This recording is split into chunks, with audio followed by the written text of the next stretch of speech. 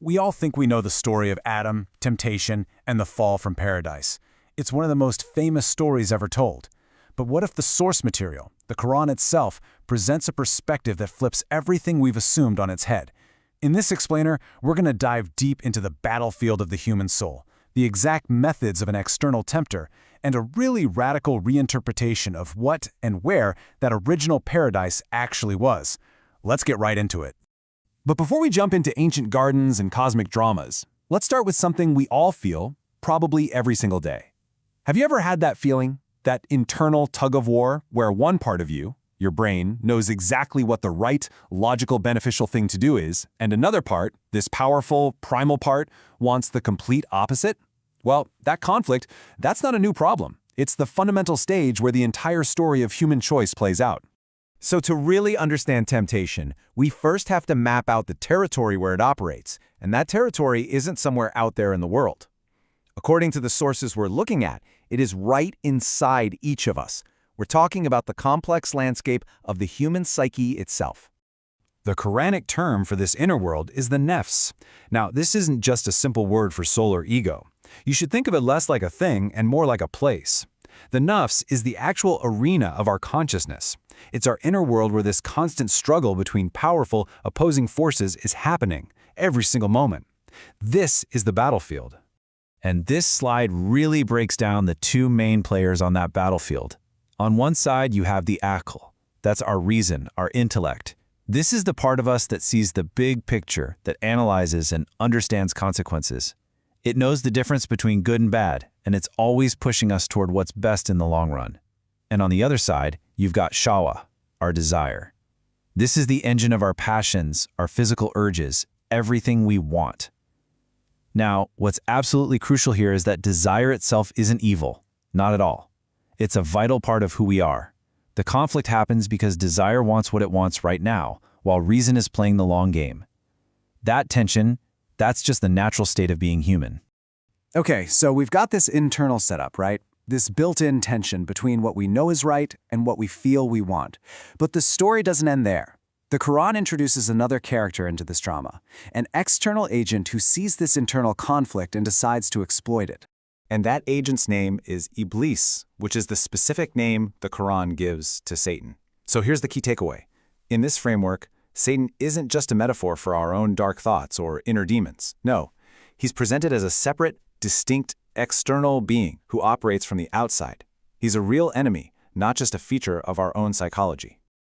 So let's get a little more specific about who he is, because the details are really important.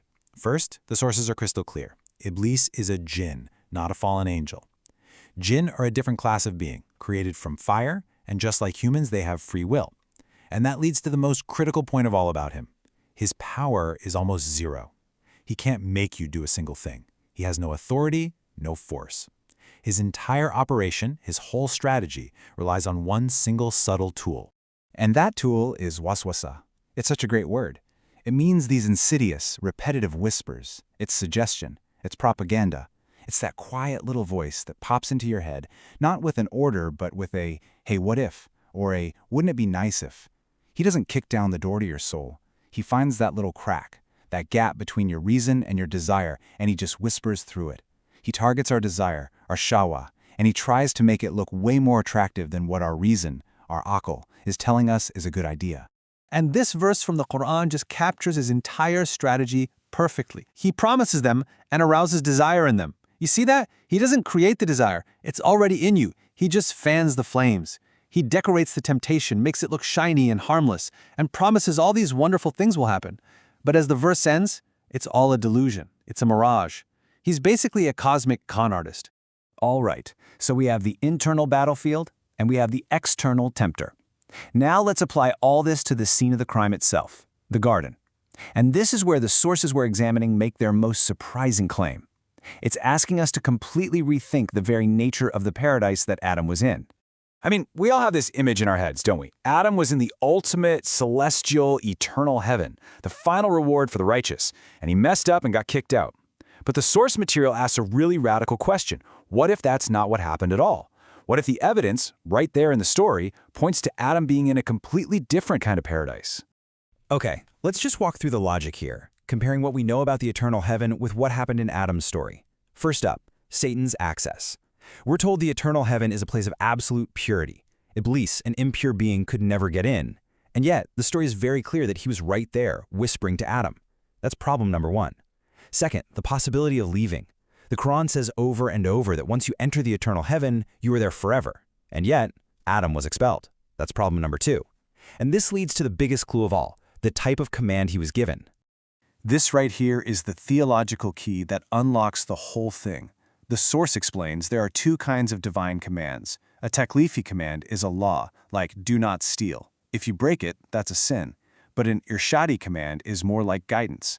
Think of a doctor telling you, don't eat that cake, it's bad for your health. If you eat the cake, you haven't sinned against the doctor, you've just harmed yourself. The argument is that the command to Adam was irshadi. It was loving guidance. God was warning him that this specific action would lead to his own hardship. So Adam's mistake wasn't a legal sin, but an act of harming his own self by ignoring good advice. And if that logical argument isn't enough, the source gives us this incredibly powerful direct quote from Imam Jafar al-Sadiq. He was asked straight up about Adam's paradise, and he didn't describe some far-off cosmic realm. He said it was one of the gardens of the world, a place where you could see the sun and the moon rise. This totally reframes the story. Adam's fall might not have been from heaven to earth, but maybe from a perfect protected place on this earth to a life of struggle on the very same planet. So after all that, what's the big takeaway? If temptation is just an external whisper, and if even our very first ancestor was just facing a test of guidance, what does that mean for us, here and now? How do we defend ourselves? Well, the answer is to strengthen the very part of us that temptation is trying to trick. It really all boils down to a pretty simple equation. The enemy's weapon is waswasa, whispers, delusion, deception. The only possible antidote to deception is clarity. The only real defense against a lie is the truth. And the main tool God has given us to find that clarity is our own intellect, our aql, backed up by divine guidance. So how does this actually work in practice? Well, the source basically lays out a threefold defense strategy. First, know yourself, know your own nafs. Be aware of that constant conversation happening inside you between your reason and your desires. Acknowledge the pull of shahwa. Don't pretend it's not there, but see it for what it is. Second, scrutinize the whisper. When a tempting thought pops up, don't just feel it, analyze it. Put it on trial. Ask yourself, what is this really promising me? What's the hidden price tag? Is this a genuine opportunity or is it just a delusion? And third, use the map. Divine guidance is like a map that has already charted all the dangers and pitfalls of human nature. Use it together with your reason, as a compass, to steer clear of trouble. And all of this leads to a profoundly empowering idea. Because Iblis has no real power, because his only tool is a suggestion, temptation is not some hostile invasion of your mind. It's not something that can just take you over against your will. It's just an invitation, a really bad, deceptive, and harmful invitation for sure, but an invitation nonetheless. And the beautiful thing about any invitation is that you always have the power to say no thanks. So we'll leave you with this final thought to chew on. The story of Adam and Iblis, it isn't just some ancient tale. It's a blueprint of the struggle that happens inside us every single day. But it's a blueprint that also shows us where our strength is. If that whisper of temptation is totally powerless without our permission, then the ultimate authority, the final decision, always belongs to us.